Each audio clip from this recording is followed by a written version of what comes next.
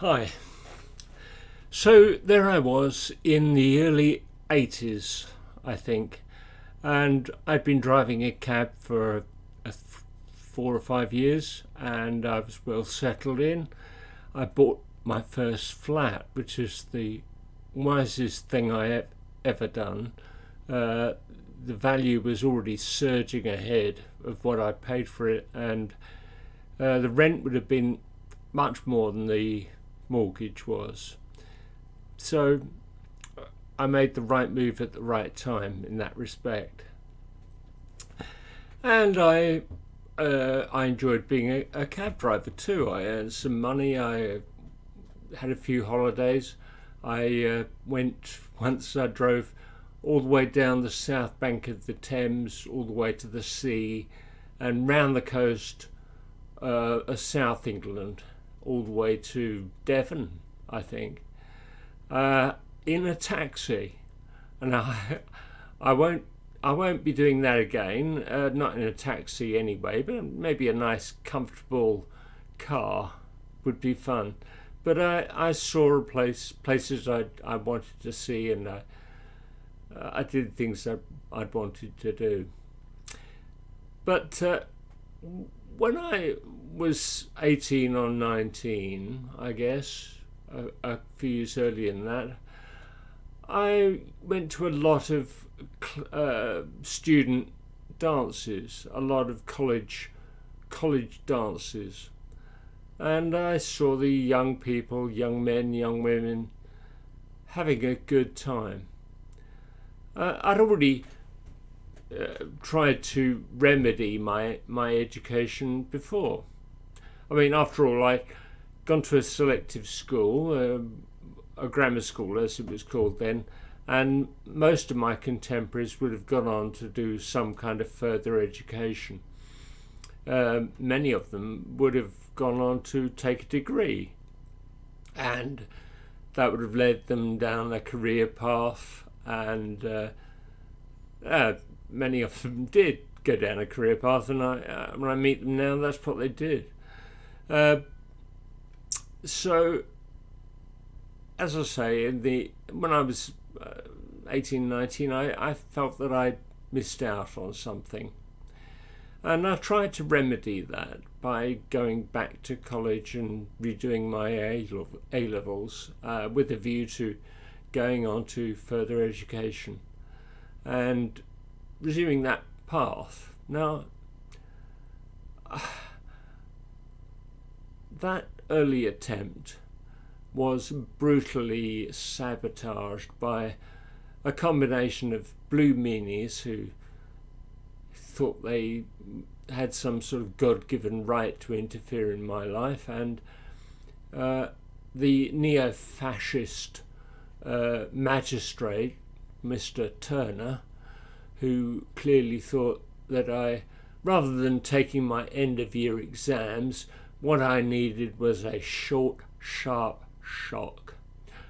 And well, it sort of put that out of reach, really, for the time being anyway. But a few years had elapsed, and I knew then I could go as a mature student, and I didn't need the same qualifications that I would have needed if I'd gone straight to college.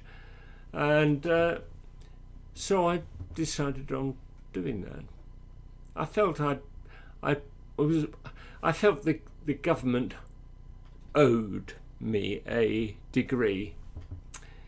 And don't forget, in those days, of course, the tuition fees were paid by the government, and you were also given a grant on which to live. So what with that grant and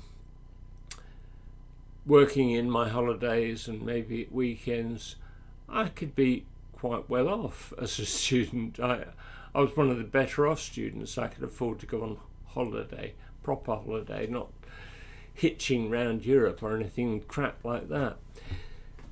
So yeah, that's what I planned to do, and I looked at what I could do, and I could do a degree in any, well, a range of subjects really, but I wasn't.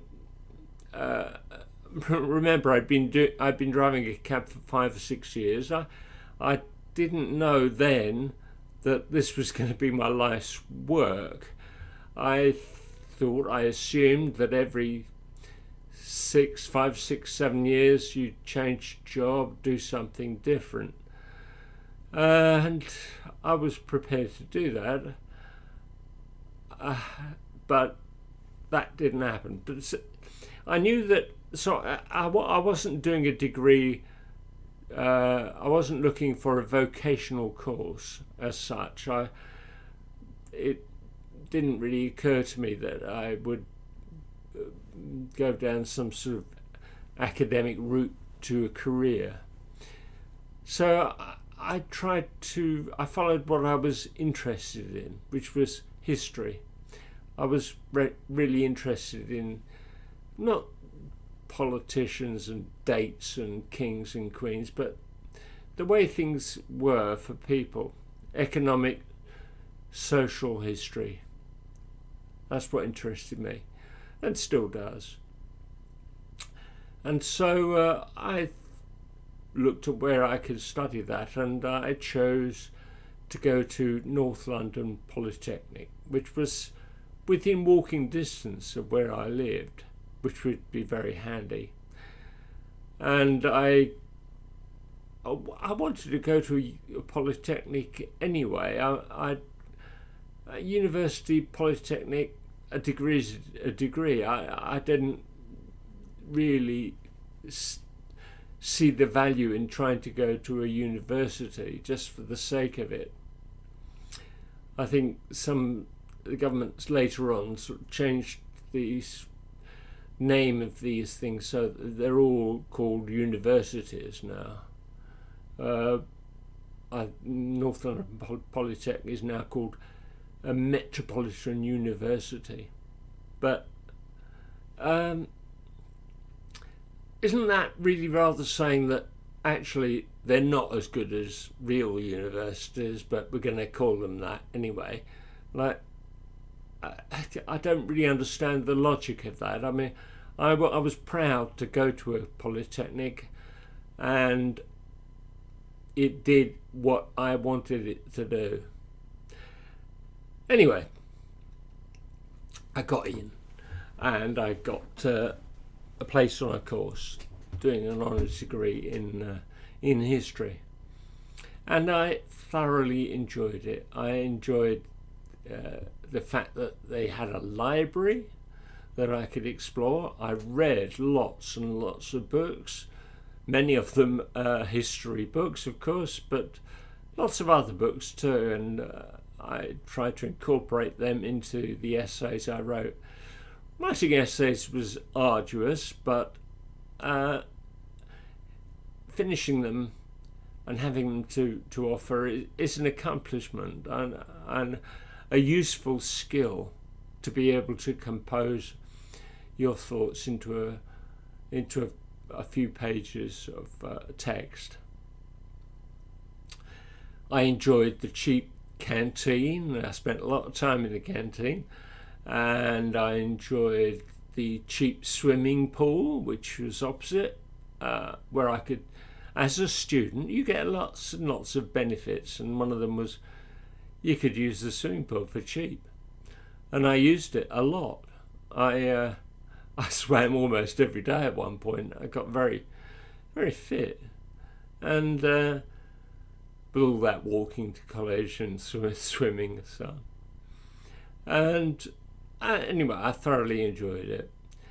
But of course, even when you're enjoying something, it eventually comes to an end. And of course, the final exam came round. Now, if you're a very clever person and really work quite hard, you can get a first-class honours degree, and with that, well, it's sort of like a ticket to further study. You can go on to do an MA or a PhD, something of that sort. You're an academic. That's where your talents lie.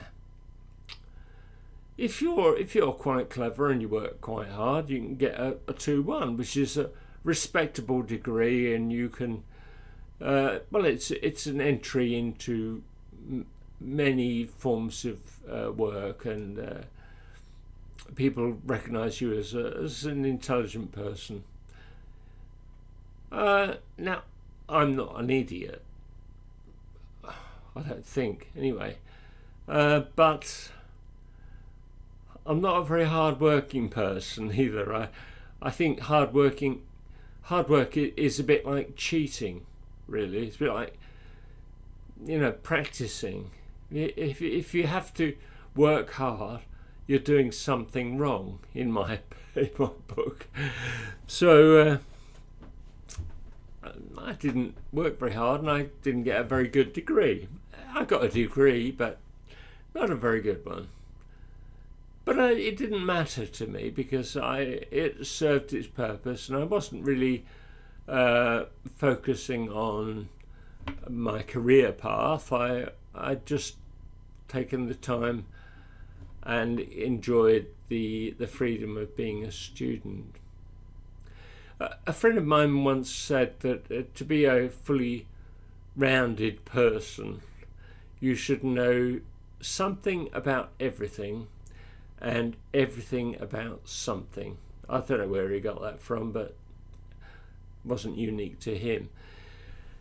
And I'm very good at the knowing something about everything part. I've got a good general knowledge, and I know I'm a fount of little known facts. Unfortunately, I'm not very good at knowing everything about something. I get bored. I don't want to know everything about something. If I know something about it, I'm happy. I move on to something else. So I'm not really the academic sort. But anyway, the degree finished. I came to an end. I didn't get a great degree. As a result of that, in the next couple of years, I did apply for a job or two, which I believe I could have done and done well, and I would like to have done, but I didn't get those jobs, and I didn't really need them. I settled back to driving a cab, not knowing even then that it was going to be my life's work, and carried on. And I carried on, and eventually, my life changed. But that's another story. So that was my foray into Academe, more of a sortie, really. But I thoroughly enjoyed it, and I recommend it to anyone. Of course, it's not cheap these days. It's in my opinion, education should be free. Every form of education should be provided by the state. It's good for the person, it's good for the individual, it's good for society. And young people shouldn't be saddled, particularly working class young people, shouldn't be saddled with an enormous debt burden before they go into work. It's just not right. But anyway, I didn't vote for it. I won't vote for it. I hope it stops. Anyway, I'll see you later.